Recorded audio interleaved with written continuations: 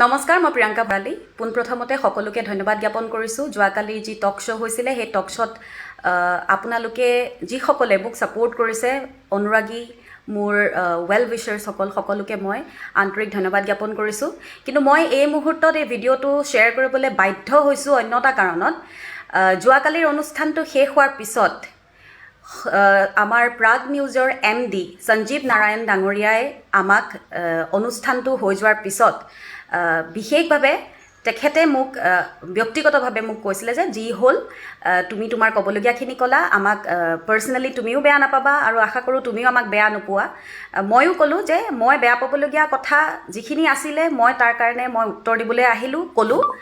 আৰু তেওঁলোকে মোক অতিথি হিচাপে সেইখিনি শেষ মুহূৰ্তত তেওঁলোকে মোক সুন্দৰভাৱে তেওঁলোকে বিদায় দিওঁতে তেওঁলোকে সেইখিনি সময়ত এখন ফটো একেলগে তুলিছিলে। ভদ্ৰতাৰ খাতিৰত ময়ো তুলিছোঁ তেওঁলোকৰ লগত। কিন্তু মই এইটো কথা বুজি পোৱা নাই, এই ফটোখন লৈ আজি তেওঁলোকে শ্বেয়াৰ কৰি পেলাই কি বুজাব বিচাৰিছে, ইয়াৰ আঁৰত ৰহস্য কি?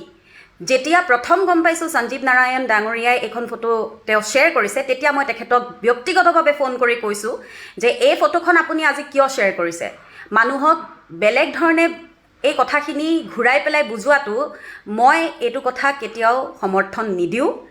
ফটো এখন তুলি পেলাই তেওঁ আজি সেইখন ফটো শ্বেয়াৰ কৰাটো মই ভাল পোৱা নাই। গতিকে মই তেখেতক ব্যক্তিগতভাৱে সেইটো কথা প্ৰশ্ন কৰিলোঁ। তেখেতে তেতিয়া ক'লে হ'ব, মই এখন ফটো গুচাই দিম। কিন্তু ইতিমধ্যে সেইখন ফটো কেইজনমান ব্যক্তিয়ে শ্বেয়াৰ কৰি আছে। যিসকলে শ্বেয়াৰ কৰি আছে মই ভালকৈ আপোনালোকক জনাবলৈ বিচাৰিছোঁ, মোৰ নিচিনা সাধাৰণ গায়িকা এগৰাকীৰ প্ৰয়োজনো নাই বুজাবুজি কৰিবৰ কাৰণে। আমি কষ্ট কৰি উঠা মানুহ, কষ্ট কৰি যাম। নাই আগতে বুজাবুজি কৰিছিলোঁ, নাই কৰি আছোঁ, নাই কৰিম ভৱিষ্যতলৈ। আৰু ব্যক্তিগতভাৱে মই মোৰ ফালৰ পৰা সম্পূৰ্ণভাৱে আপোনালোকক জনাই দিছোঁ, বিশেষকৈ সঞ্জীৱ নাৰায়ণ ডাঙৰীয়া আৰু প্ৰাগ নিউজক মই জনাইছোঁ, আপোনাক বিশেষকৈ সঞ্জীৱ দা মই যথেষ্ট সন্মান কৰোঁ আগৰ পৰাই।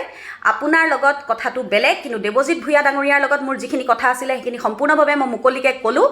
মই আপোনাক কৈছোঁ বিশেষভাৱে, আপুনি এইখন ফটো প্ৰথমতে শ্বেয়াৰ কৰিছিলে, মই তেতিয়া মনা কৰাৰ পিছত আপুনি গুচালে। তাৰপিছত এখন ফটো কেনেকৈ শ্বেয়াৰ হ'ল আৰু কি বুজাইছে মই এইটো কথা আপোনাক সুধিব বিচাৰিছোঁ। আপুনি স্পষ্টভাৱে কওক যে মোৰ আপোনাৰ লগত বুজাবুজি হৈছিলে নে আপোনালোকৰ অনুষ্ঠানটোৰ লগত বুজাবুজি হৈছিলে, কাৰণ মই জনাততো মই তেনেকৈ যোৱা নাই। গতিকে আপুনি আৰু আপোনাৰ প্ৰাগ নিউজৰ সেই ব্যক্তিসকলক মই সুধিব বিচাৰিছোঁ, আপোনালোকে স্পষ্টভাৱে এইখিনি সম্পূৰ্ণভাৱে মানুহক মুকলিকৈ কওক। আৰু মোৰ বুজাবুজি কেতিয়াও আপোনালোকৰ লগত নাছিল, কাৰো লগত নাছিল, নাই এতিয়া আছে, নাই আগলৈ হ'ব। আৰু মই ব্যক্তিগতভাৱে আপোনালোকক জনাওঁ যে কোনো দিনাই আপোনালোকৰ প্ৰাগ চেনেলৰ কোনো অনুষ্ঠানত যাতে মোক নেমাতে, মোৰ অনুষ্ঠান যাতে আপোনালোকে লাইভ নকৰে, মোৰ গান যাতে আপোনালোকে নবজায়, সম্পূৰ্ণভাৱে মই ব্যক্তিগতভাৱে আপোনালোকক বয়কট কৰিছোঁ। ধন্যবাদ।